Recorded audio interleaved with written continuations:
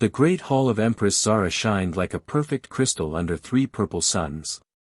The walls reached so high that clouds formed near the ceiling. Golden light danced across surfaces made from rare metals found on distant worlds. This was the heart of the Vian Empire, and today it hosted the most important meeting in galactic history. Empress Zara sat on her floating throne, 20 feet above the marble floor.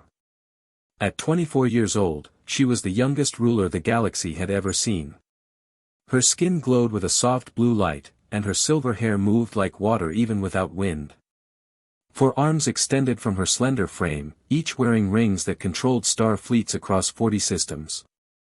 She was beautiful, powerful, and absolutely certain of her superiority over all other life forms. Around the massive hall stood representatives from 7 different species. The Cortac delegation looked like walking trees made of metal, their deep voices rumbling when they spoke. The Nexari floated in bubble suits filled with orange gas, their tentacles waving as they communicated through color changes.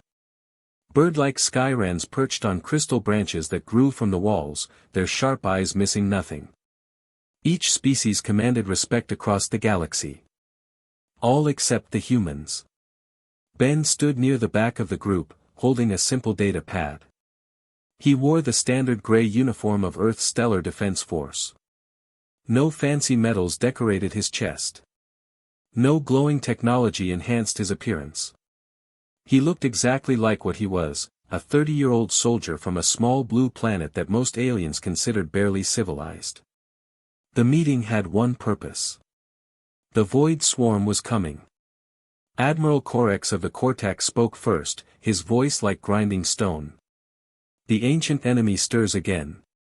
Our deep space sensors detect movement in the dead zone. The Void Swarm has awakened after 1,000 years of sleep. Gasps echoed through the hall. Even Empress Zara straightened on her throne. The Void Swarm was legend and nightmare combined. They were creatures of pure hunger that ate entire star systems, leaving nothing but empty space behind. No one knew where they came from or why they appeared every 1,000 years. They only knew that when the swarm came, civilizations died. "How long do we have?" asked Commander Velix of the Nexari, her colors shifting to deep red with worry. 6 months, perhaps less, replied Admiral Corex. They move faster than before. Something has changed. Empress Zara raised one hand for silence. The Vian Empire has faced this threat before. Our ancestors drove back the swarm using superior technology and strategy. We shall do so again. With respect, Your Majesty, said Wing Leader Talon of the Skyrans, the old records show that victory came only through unity. Every species fought together. Zara's laugh was like silver bells, but cold. Unity among equals, yes. But we are not all equals here. Her gaze swept across the assembly and stopped on Ben. She had ignored him completely until now, but something about his quiet presence annoyed her. Perhaps it was the way he stood without fear in her magnificent hall. Perhaps it was how the other species showed him the same respect they showed her. Whatever the reason, she decided to address the human problem directly. "You," she said, pointing at Ben with 2 fingers. "Step forward." Ben walked to the center of the hall. His boots made soft sounds on the marble floor. He did not bow or show any sign of being impressed by his surroundings. This irritated Zara even more. "You represent Earth, do you not?" she asked. "I do, Your Majesty." "Tell us, human, what mighty forces does your species bring to this alliance?" Ben activated his data pad. Images appeared in the air above his head, showing Earth's military capabilities. The Terran Defense Force currently operates 1,200 ships across 4 classes. Our largest vessels carry crews of 800. We have defensive installations on 17 worlds and 3 mobile space stations. Silence filled the hall. The numbers were pathetic compared to other species present. The Cortac alone commanded 5,000 ships. The Vian Empire controlled fleets so vast they blocked out stars. Empress Zara smiled, but it was not a kind expression. 1,200 ships. How charming. The Vian Empire loses more ships than that in routine training exercises. Some of her advisors shifted uncomfortably, but she continued. Tell me, human, have your people ever faced an enemy like the Void Swarm? No, your majesty. But we have faced extinction before. Oh yes, I recall reading about your species. You nearly destroyed yourselves with primitive weapons, did you not? Nuclear bombs and chemical gases. Her voice dripped with mock sympathy. How terrifying that must have been for creatures who had not yet learned to leave their own atmosphere. Ben's jaw tightened slightly, but his voice remained steady. We learned from those mistakes. Did you? Because from what I understand, humans still fight among themselves. Still waste resources on internal conflicts while more advanced species explore the cosmos. Zara leaned forward on her throne. Your kind could not even establish a permanent base on your own moon without help from other civilizations. The other delegates looked away. This was becoming cruel, even for a discussion of military capabilities. Perhaps, Zara continued, her voice rising, you could explain what possible contribution your backward species could make against an enemy that has destroyed empires 1,000 times more advanced than Earth. Ben looked up at her.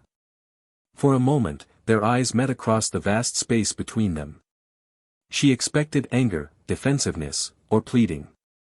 Instead, she saw something that made her stomach twist with an emotion she could not name.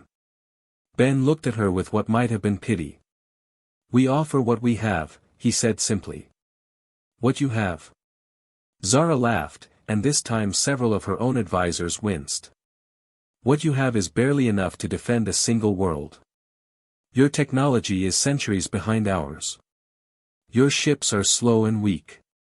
Your weapons could not scratch the hull of a Vian patrol craft, let alone damage a void creature. She stood up, floating higher above the assembly. Your species has existed for how long? 200,000 years. In that time, you have managed to reach exactly 7 worlds. 7. The Vian Empire conquered 40 systems in the time it took your people to invent the wheel. Ben absorbed every word without flinching. Around him, the other delegates studied the floor or their own equipment. The cruelty was becoming uncomfortable to witness. So I ask again, Zara said, her voice echoing off the crystal walls, what could possibly make you think your primitive species belongs in an alliance with real galactic powers? What delusion brought you here to waste our time with offers of help we neither need nor want? The hall fell completely silent. Even the constant hum of the palace's power systems seemed to fade. Everyone waited for Ben's response. Surely now he would defend his species. Surely now he would argue or plead or show some emotion. Instead, Ben nodded once. A single, slow nod that somehow conveyed more dignity than all of Zara's floating thrones and crystal palaces. He closed his data pad and tucked it under his arm.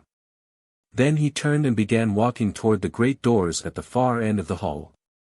Wait, called Admiral Corex. Where are you going? Ben paused but did not turn around. Home. But the alliance. There is no alliance for Earth, Ben said quietly. Her Majesty has made that clear. He resumed walking. His footsteps echoed in the vast space, each one seeming to emphasize the emptiness Zara had created with her words. Wing Leader Talon spread his wings in distress. Surely we can discuss terms. No, Ben said, still walking. There is nothing to discuss. Earth will face whatever comes alone, as we always have. Empress Zara watched him approach the doors and felt something cold growing in her chest. This was not how she had expected things to go. She had wanted him to grovel or argue or storm out in anger. His quiet acceptance of her rejection was somehow worse than any dramatic response. Human, she called out. Ben stopped at the doors but did not turn around. You say nothing in your defense. You make no argument for your worthless species. Ben was silent for a long moment. When he spoke, his voice carried clearly across the hall despite its softness. "No, Your Majesty. You have already decided our worth. Nothing I say will change your mind." The doors opened with a whisper of moving air. Ben stepped through and was gone. The silence that followed felt different from before. It was not the comfortable quiet of a well-managed court, but the uneasy stillness that comes after something important has been broken. Commander Velix's colors shifted to worried yellow. "Perhaps we should reconsider." "There is nothing to reconsider," Zara snapped, but her voice lacked its earlier confidence. "One weak species will not affect our ability to face the swarm." Admiral Corex's metal features showed doubt. "The old records speak of humans with respect. There must be a reason." "The old records are stories," Zara said. "Fiction written by primitives who did not understand real power." But even as she spoke, she could not forget the look in Ben's eyes. Not anger or fear or wounded pride, but something that had made her feel small despite sitting on a throne that touched the clouds. Her communication officer, a young Vian named Tex, approached the throne platform. "Your Majesty, urgent news from the border systems." Zara gestured impatiently for him to continue. "The Void Swarm has changed course. They are moving faster than predicted. Much faster." The cold feeling in Zara's chest grew stronger. "How much faster?" "They will reach our outer defenses in 3 weeks, not 6 months." The crystal hall suddenly felt less magnificent and more fragile. Through the great windows, the 3 purple suns seemed dimmer than before. 3 weeks passed like a nightmare that refused to end. Empress Zara stood on the bridge of her flagship, the Crystal Dawn, watching her empire burn. Through the massive viewing screen, she could see the void swarm tearing through her outer defenses like paper. The creatures looked nothing like the ancient drawings in her palace archives. They were worse. Each void beast stretched longer than her largest battleships.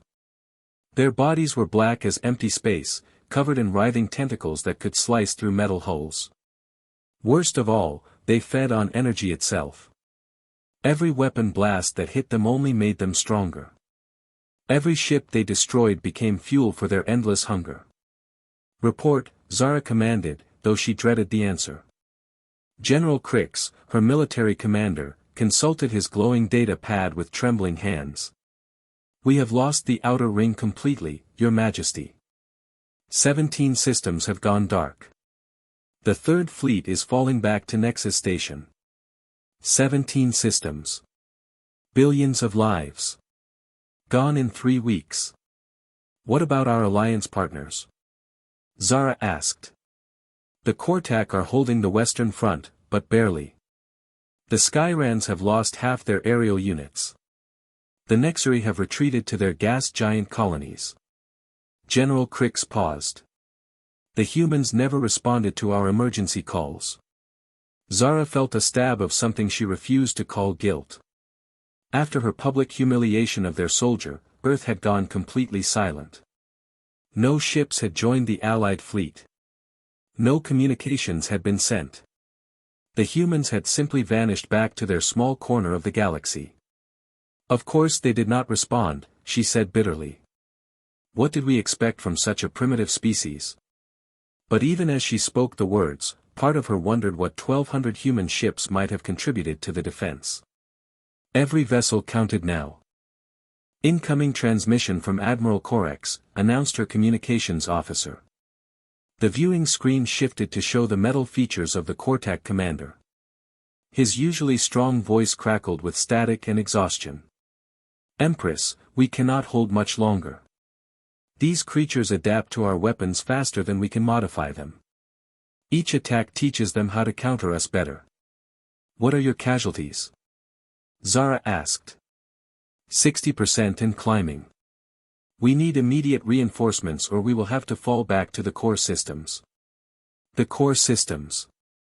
If they retreated that far, half the galaxy would be lost." Zara's magnificent empire, built over centuries of conquest, would be reduced to a handful of worlds cowering behind their final defenses. "Hold your position, Admiral. We are sending the Fifth Fleet to support you. Yes, Your Majesty. The transmission ended, leaving Zara staring at the tactical display. Red markers showed void swarm positions advancing on all fronts. Blue markers showed Allied forces retreating or destroyed. The situation was hopeless. Your Majesty, called Lieutenant Vera from the sensor station. I am detecting massive energy signatures approaching from the inner spiral. More void creatures. No, Your Majesty. These signatures are different. Smaller. Moving in formation. The viewing screen shifted to show the newcomers. Zara's breath caught in her throat. Hundreds of ships were emerging from hyperspace, their hulls gray and unmarked. She knew those simple designs. Human ships. How many? She asked quietly. Scanning now, reported Lieutenant Vera. I count 800 vessels of various sizes. Cargo ships, passenger liners, mining barges, and military escorts. 800 ships. General Crick sounded confused. I thought Earth only had 1,200 total vessels. Zara realized with growing amazement that the humans had sent 2/3 of their entire space fleet. Not just military ships, but civilian vessels pressed into emergency service. She watched the approaching formation and noticed something else that made her stomach clench with shame. They are not coming to fight, she whispered. Your Majesty? Asked General Crix. Look at their formation. Look at their heading. Zara pointed at the tactical display. They are not moving toward the void swarm. They are moving toward the refugee zones. The truth hit her like a physical blow. While her advanced military forces fought desperately against an enemy they could not defeat, the humans had come not for revenge or glory, but to save lives. The species she had mocked as primitive and worthless had committed most of their spacefaring capability to rescuing aliens who had shown them nothing but contempt. Incoming transmission, announced her communications officer. It is from the human fleet. Put it through. The viewing screen flickered, and Ben's face appeared. He looked older than he had 3 weeks ago, with new lines around his eyes and gray in his hair. His uniform was wrinkled, and Zara could see the bridge of a cargo ship behind him instead of a military vessel. This is Captain Ben Morrison of the Terran Relief Fleet, he said in the same calm voice she remembered. We are beginning evacuation operations in the Kaler system. All civilian vessels in the area, please report your passenger capacity and fuel status. He was not talking to her. He was broadcasting on general emergency channels, coordinating with refugees from a dozen different species. Zara listened in growing amazement as human voices filled the communication channels, speaking in broken versions of alien languages as they organized the largest rescue operation in galactic history. Skyran passenger ship Wind Dancer, this is human vessel Prairie Fire. We can transfer 300 of your wounded to our medical bay. Kortak colony ship Iron Root, human cargo vessel Big Sky here. We have food synthesizers that can process your dietary requirements. Any ship with engine damage, report to human engineering vessel Fix It. We have repair supplies and technicians who can work with any drive system. Zara switched to external cameras and watched the impossible scene unfolding around her. Human ships were docking with vessels from species that had never worked together before. She saw human engineers in space suits helping Nexury technicians repair hull breaches. She saw human medics treating wounded Skyrans with equipment they had obviously modified on the spot. How are they doing this? She asked General Crix. I do not understand, Your Majesty. But Zara was beginning to understand. The humans were not trying to command the evacuation. They were not establishing hierarchies or demanding others follow their orders. Instead, they were adapting to each species' needs and finding ways to help everyone contribute their strengths. General, get me a direct line to Captain Morrison. Within moments, Ben's face filled her personal communication screen. When he saw her, his expression did not change. No anger, no accusation, just the same steady calm she remembered. Your Majesty, he said with a small nod. Captain Morrison, She stopped, unsure how to continue. What did you say to someone you had humiliated when they were now saving your empire? Is there something we can do for you? Ben asked. The question was so simple, so direct, that it made her throat tight. After everything she had said to him, his first response was still to offer help. My flagship is transporting evacuees from the Xennox colony, she said. We have medical facilities but no doctors who can treat their species. We can help with that. Dr. Mills on the Prairie Fire has been working with Xennox physiology for the past week. I will have her contact your medical bay. Thank you, Zara said, and the words felt strange in her mouth. When had she last thanked anyone? Ben nodded and was about to end the transmission when she spoke again. Captain, why are you here? People needed help. But she stopped herself. She had been about to say, we rejected you, but the words felt too small for what she had actually done. Ben seemed to understand anyway. Your Majesty, when someone is drowning, you do not ask whether they deserve rescue. You just pull them out of the water. The transmission ended, leaving Zara staring at a blank screen. Around her, the bridge crew worked frantically to coordinate with the human evacuation fleet. For the first time in weeks, there was hope in their voices. Over the next few hours, Zara watched her understanding of humanity transform completely. Every report that reached her flagship told the same impossible story. Human ships were everywhere, refugees gathered, not taking charge but making themselves useful. They shared their food, their medicine, their fuel, and their expertise with anyone who needed it. More importantly, they were teaching others to work together. Zara listened to communication channels where Cortac engineers were now helping Skyran pilots repair their ships using techniques the humans had shown them. Species that had barely spoken to each other before were now coordinating rescue efforts across multiple systems. Your Majesty, called Lieutenant Vera. The human captain is requesting to speak with you again. Ben's face appeared on screen, and this time Zara could see the exhaustion in his eyes. Behind him, the bridge of his cargo ship was crowded with alien refugees helping his crew coordinate the evacuation.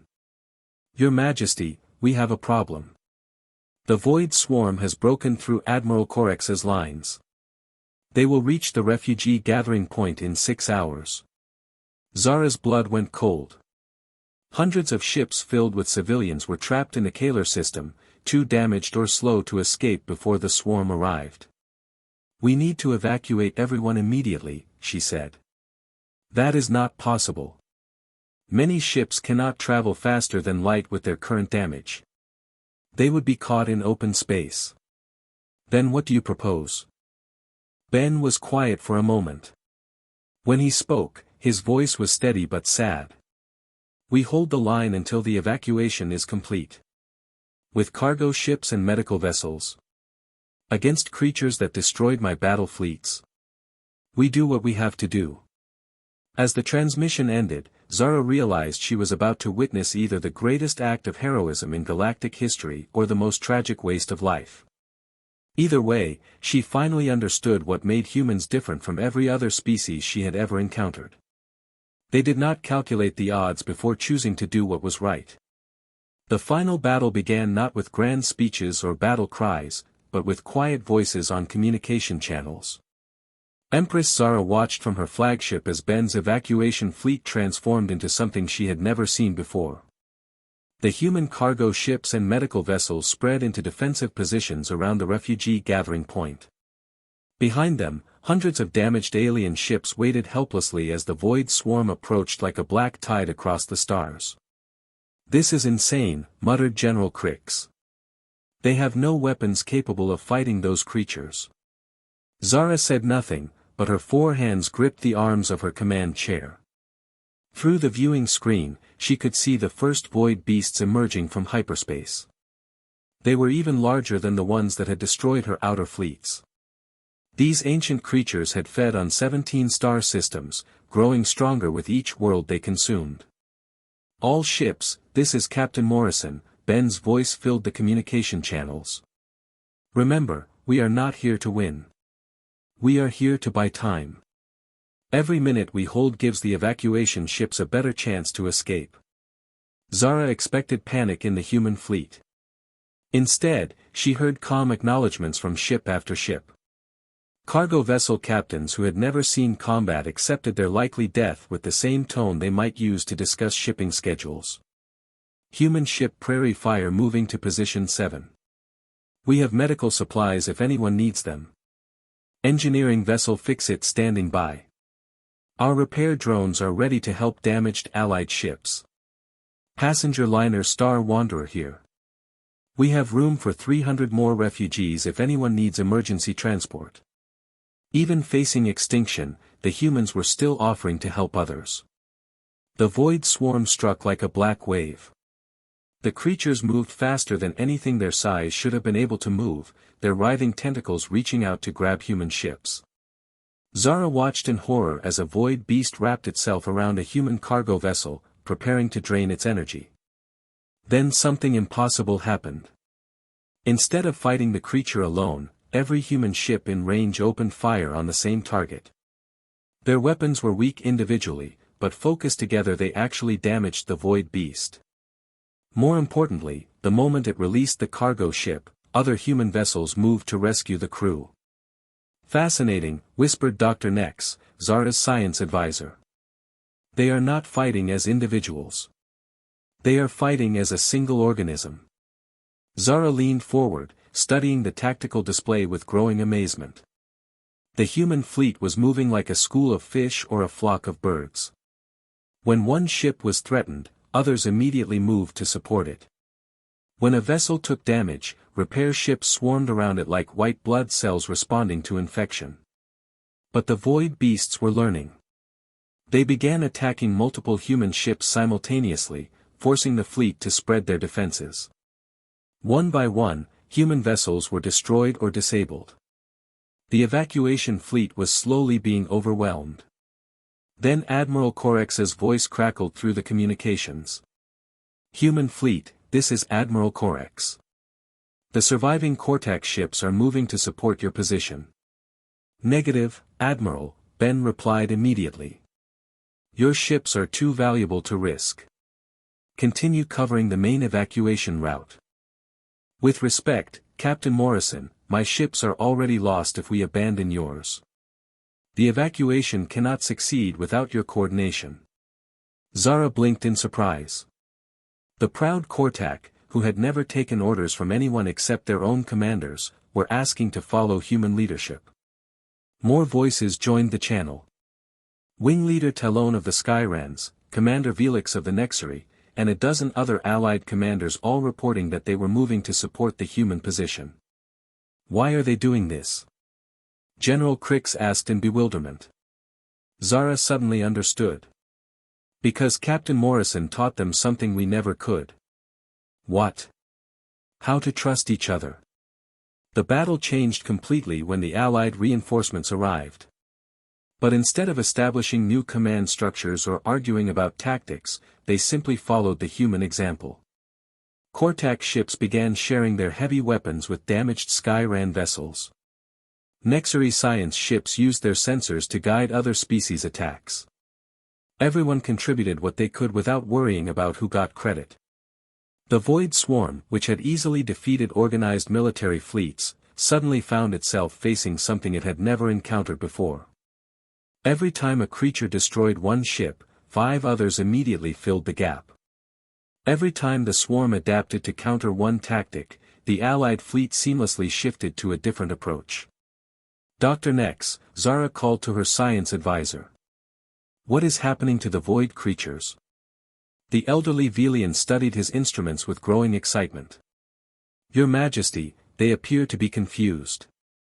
Their feeding patterns are becoming erratic. Explain. The Void Swarm evolved to exploit fear, desperation, and division. They feed on the terror of isolated victims. But this, he gestured at the tactical display, this is something completely different. The Allied fleet is not afraid. They are not fighting to avoid death. They are fighting to protect each other. Zara watched the battle with new eyes. The humans and their allies were taking terrible casualties, but they never broke formation. Every sacrifice was made willingly to save others. Every loss was immediately compensated by the remaining ships working together more closely. The void beasts began to retreat. For the first time in galactic history, the ancient enemy was pulling back from a fight.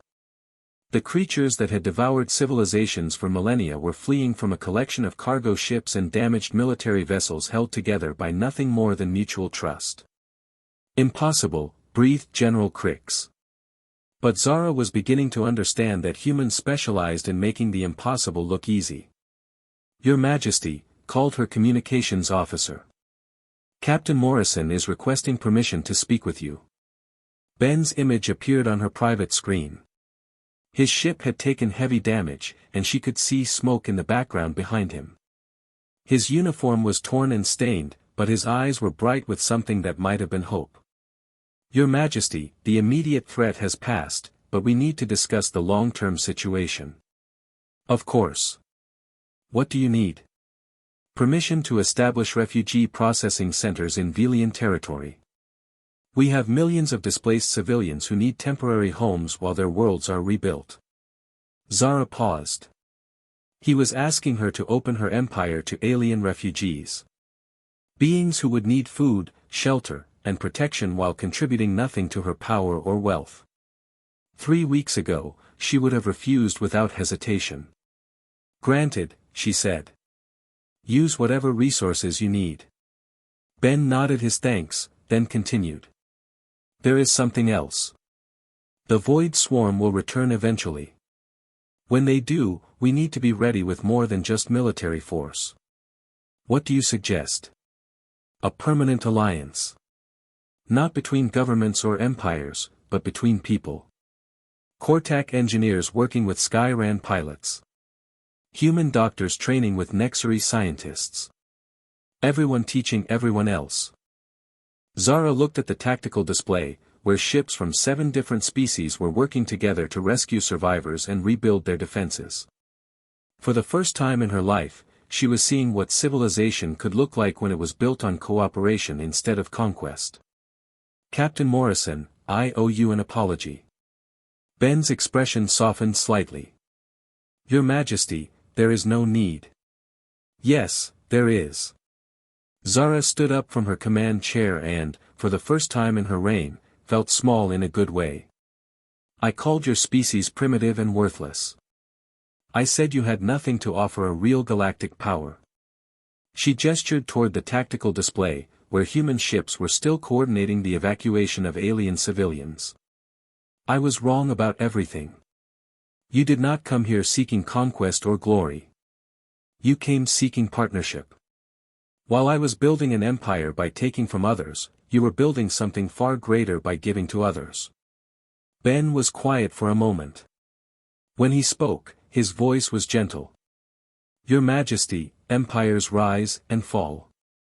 What we are building together will last because it makes everyone stronger instead of making some people weak." "What are you building?" "A community. A family. A place where everyone belongs." 2 hours later, Zara stood in the same crystal hall where she had first met Ben. But now the space was filled with refugees from dozens of species, all working together to process evacuation lists and coordinate relief efforts. Human medics worked alongside Cortac engineers. Skyran pilots shared stories with Nexary scientists. The divisions that had seemed so important weeks ago had simply dissolved. Ben approached her carrying the same simple data pad he had brought to their first meeting. This time, Zara did not make him walk across the vast hall alone. She came down from her floating throne and met him on the marble floor. "Captain Morrison," she said formally. "On behalf of the Vian Empire, I want to officially request membership in your alliance." Ben smiled, and it was the first time she had seen him look truly happy. "Your Majesty, there are no members in what we are building. There are only friends." Zara removed the crown from her head and held it out to him. "Then let me be your friend." Ben looked at the crown for a moment, then gently pushed it back toward her. "Keep it," he said. "But use it to serve others instead of ruling them." As Zara placed the crown back on her head, she felt its weight differently. It was no longer a symbol of her power over others. It was a reminder of her responsibility to others. Around them, the work of building a new kind of civilization continued. Not an empire built on conquest, but a community built on compassion. Not a hierarchy based on strength, but a family based on mutual support. The Void Swarm would return someday. But when it did, it would find something that had never existed before in galactic history, a united community that grew stronger through diversity, not weaker through division. Zara looked at Ben, who was already back to coordinating relief efforts on his data pad, and smiled. She finally understood what true leadership meant. Sometimes the greatest victory came not from defeating your enemies, but from turning them into friends.